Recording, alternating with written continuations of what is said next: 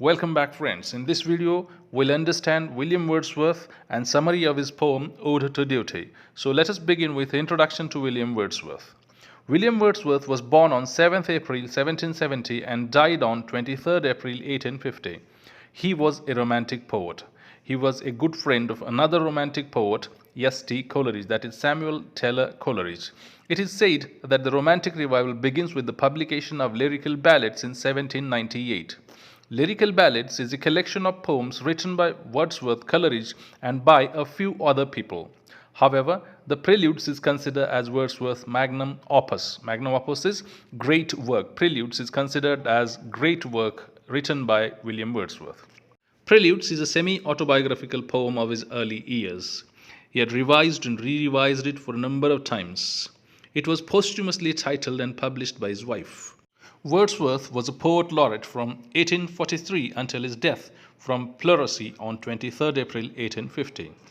Pleurisy, also known as pleuritis, is an inflammation of the membranes that surround the lungs and line the chest cavity.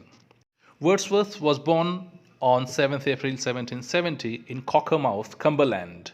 It is a part of the scenic region in northwestern England known as the Lake District. Therefore, Wordsworth is also known as a lake poet.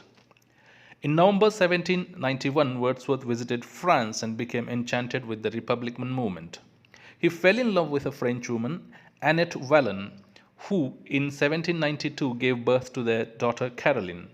He had to return to England due to hostilities caused during French Revolution between two countries.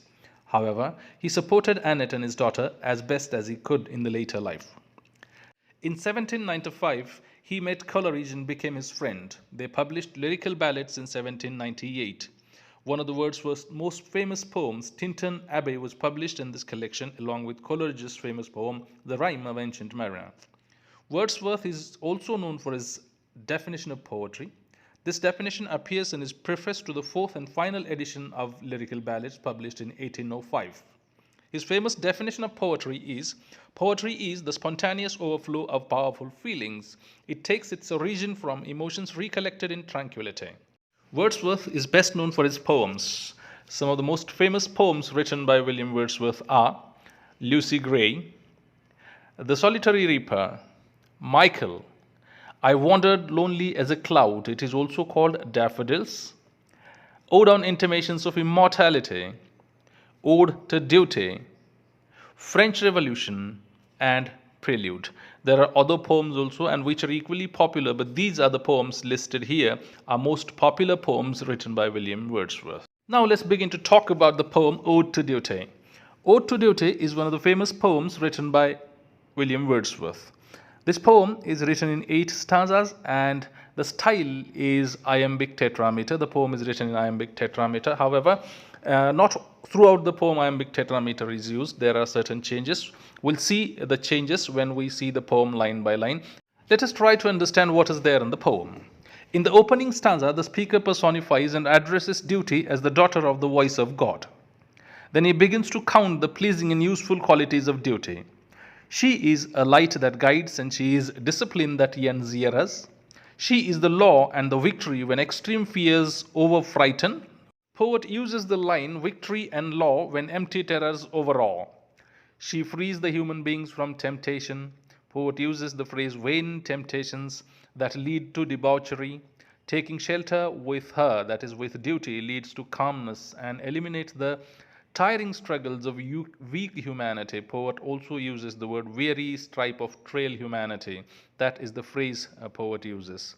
In the second stanza, the poet prays for the deliverance of those who do not understand the power of duty and the wisdom of following her. They're usually the young ones who rely on natural instinct to guide them. They do not seek higher power of God and duty to guide them. The poet asks duty to protect them if, and more likely when, they fail. In the third stanza, the poet says that those following duty will sleep peacefully and their personality will reflect happiness.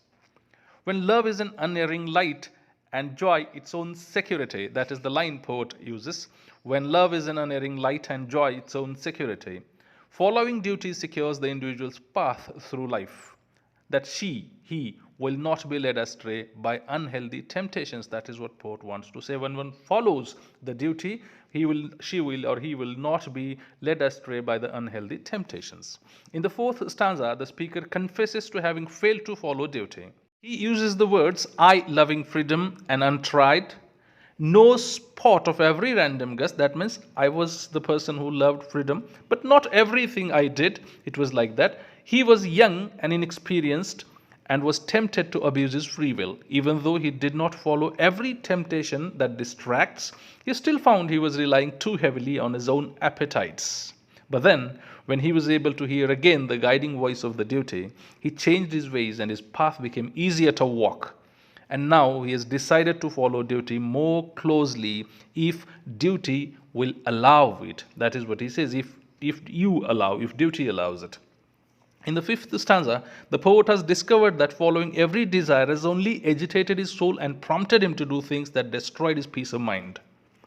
To eliminate these unfulfilling and annoying emotions, he asked to follow duty to gain control of his emotions, his thoughts, and his life. The poet wants to control his own life and not to be controlled by raw human emotions. Raw human emotions lead to the loss of peace. He now seeks a perpetual rest. For a repose that ever is the same, that is the line he uses, for a repose that ever is the same. This sameness is nothing like the disdained rut that results from blindly following a routine. This sameness refers to an ever new bliss that is achieved through following duty as the voice of God. In the sixth stanza, the speaker again describes his situation as he rationalized his failure to follow duty. When he continued to follow his own foolish impulses, he would rationalize that he was in fact properly using his free will. But now, he no longer wishes to be prideful, he wishes to seek a second will more wisely. Second will is the will that comes through real wisdom of following the duty. In the seventh stanza, the speaker offers undeniable evidence that it is in fact duty that governs the high road of human endeavor. He calls her stern lawgiver, but also adds that she represents the grace of God, and that human heart understands itself only by listening to the natural laws that represent his daughter of voice of God. According to the poet, even the flowers and the stars are evidence of this quality. The flowers follow their duty, producing ever new beauty and fragrance, and the stars do not go roaming all over the heavens, but remain ever in place following the duty that is given to them. In the concluding stanza, the poet says that in order to follow duty, one must be humble. Pride leads to destruction. Pride results from leaving the path of duty and following haphazardly every desire that strikes the mind and heart.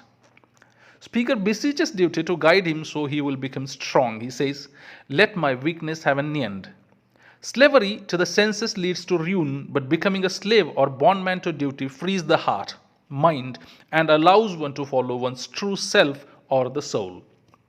The speaker wants to live in the spirit of self-sacrifice, and he wants the confidence of reason, and he wants above all to live in the light of truth.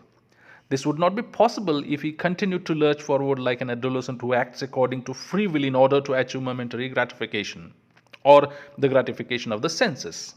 Thus, poet wants to make his life a beautiful, humble palace of ever new joy, and he knows he can do that by listening and following duty. Now, let's try to read the text of the poem and try to understand what poet actually has to say through the text. Stern daughter of the voice of God, O duty, if that name thou love, who art a light to guide, a rod to check the errings and reprove, thou who art victory and law when empty terrors overawe. From vain temptations dost set free and calmest the very strife of frail humanity. There are who ask not if thine eye be on them, who in love and truth, where no misgiving is, rely upon the genial sense of youth, glad hearts without reproach or blot, who do thy work and know it not. Oh, if through confidence misplaced they fail, thy saving arms dread power around them cast.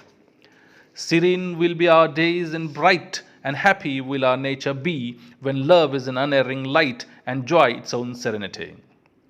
And they a blissful course may hold, even now who not unwisely bold, live in the spirit of his creed, yet seek thy firm support according to their need. I, loving freedom and untried, no spot of every random gust, yet being to myself a guide, too blindly have reposed my trust.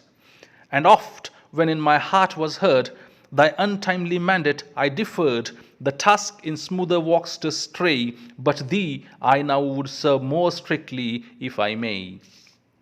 Through no disturbance of my soul or strong compunction in me wrought, I supplicate for thy control, but in the quietness of thought, me this uncharted freedom tires. I feel the weight of chance desires, my hopes no more must change their name. I long a repose that ever is the same.